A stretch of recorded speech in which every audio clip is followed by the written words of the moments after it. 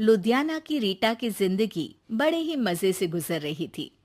आस पड़ोस से लेकर नाती रिश्तेदार सभी रीटा को बड़ा मानते थे। वो सबकी पसंद नापसंद का ख्याल रखती। अरे बहन, ये लो कढ़ी बनाई थी मैंने। सोचा तुम बीमार हो तो तुम्हारे घर के लिए भी बना दी, खा लेना। सभी रीटा की तारीफ करते हैं। रीटा की ममेरी बहन कहती है, रीटा, तुम्हारा लड़का तो बहुत बड़ा हो गया है, उसकी शादी की नहीं सोची? सोच तो रही हूं, लेकिन ऐसे लड़के से कौन शादी करेगा जो कमाता धमाता ही नहीं है। ये तो है। तू उसे समझाकर किसी काम पर क्यों नहीं लगाती? अरे क्या करूं बहन, समझाती तो बहुत हूं लेकिन समझता ही नहीं। किसी तरह कहीं काम पर लगा भी दो तो 2-4 दिनों में ही काम छोड़कर वापस आ जाता है।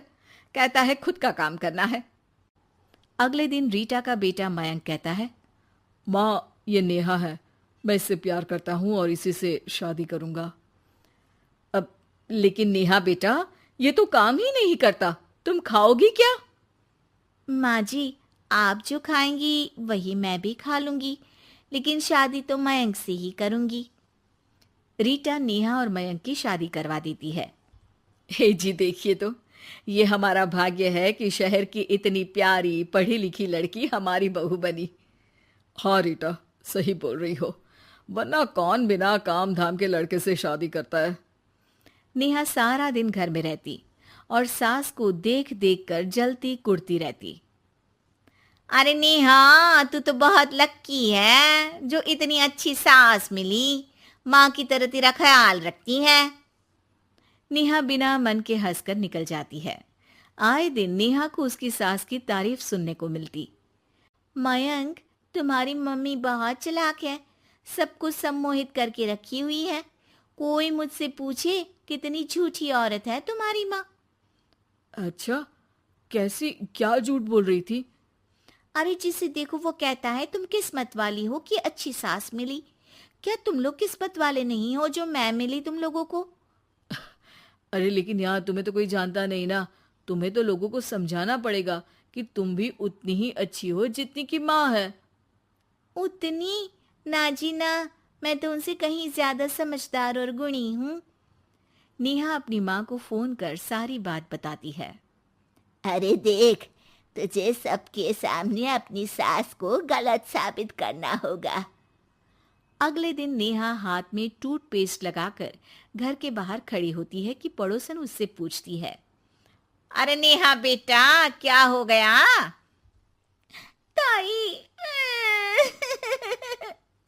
क्या बोलूं मैं? मेरी सास से मत कहना ताई जी, मेरी सास ने गुस्से से जला दिया। मैं नहीं मानती, रीटा तो बड़ी ही भली औरत है।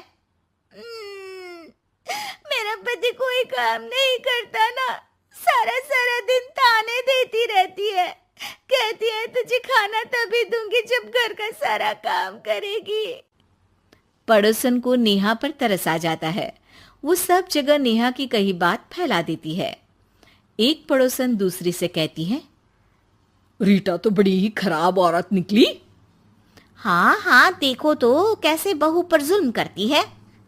नेहा के घर रीटा की भाभी आती है। अरे मामी जी नमस्ते, कैसी हैं आप? मैं तो ठीक हूँ बेटा, कहाँ है रीटा? घर में नहीं है क्या? उसे तो मैंने कहा था कि मैं आ रही हूँ। अब क्या बताऊँ मामी जी, मुझे तो डॉक्टर के पास जाना था, लेकिन फिर भी मैं रुकी कि आपको घर आना है। मम्मी जी को तो कोई फिक्र ही नहीं है। तभी तो देखिए ना कि पता था आप आने वाली है, फिर भी चली गई घूमने। अरे ये तो बुरी बात है। अच्छा नेहा, मैं जा रही हूँ, रीटा आए तो बोल देना कि भाभी नाराज होकर चली गई हैं। रीटा वापस आती है तो उसे भाभी नहीं मिलती। अरे नेहा, तूने रोका नहीं मामी को? बोला नहीं कि मंदिर गई हूं मैं? अरे मम्मी जी, मैंने तो उन्हें बोला कि आप बस आ ही रही हैं, लेकिन वो नहीं मानी और चली गई। मामी भी सभी रिश्तेदारों में रीटा की बुराई फैला देती है। अब जो रीटा सबकी लाडली हुआ करती थी, वो सबकी आंख में खटकने लगी। रीटा को समझ नहीं आता था कि जो पड़ोसी उसे हमेशा प्यार से बुलाते थे, वो उसके सामने आते ही दरवाजा क्यों बंद कर देते हैं। जो रिश्तेदार उसे इतना प्यार करते थे, वो उसे अब फोन तक नहीं करते। एक दिन रीटा के पास उसकी भाभी का फोन आता है। तू तो बड़ी हो गई रीटा। अरे ना भाभी ना, तुम तो माँ जैसी हो मेरे लिए, मायका तुमसे ही तो है, लेकिन तुम भी पता नहीं क्यों नाराज हो मुझसे। रीटा को उसकी भाभी सारी बात बताती है। रीटा उसे समझाती है कि कैसे वो नेहा बहू को बताकर वहां से गई थी। दोनों के बीच गिला शिकवा खत्म हो जाता है। रीटा समझ जाती है कि नेहा ने ही उसकी बुराई पड़ोसियों से भी की होगी। रीटा सबके घर जाकर बात करती है, जहां उसे पता चलता है कि नेहा ने ढेर सारी झूठी बातें कर रखी है। रीटा सोच लेती है कि वो नेहा को सबक सिखाकर ही रहेगी। नेहा, तेरे ससुर जी रिटायर हो रहे हैं, तो अब तू और मयंक कहीं और घर देख लो।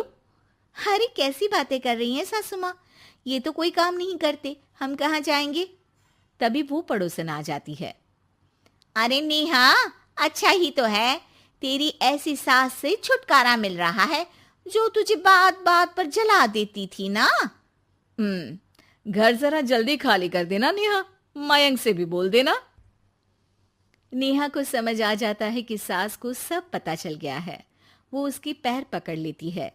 सासू माँ, मुझे माफ कर दीजिए, मैं आगे से ऐसा कभी नहीं करूंगी।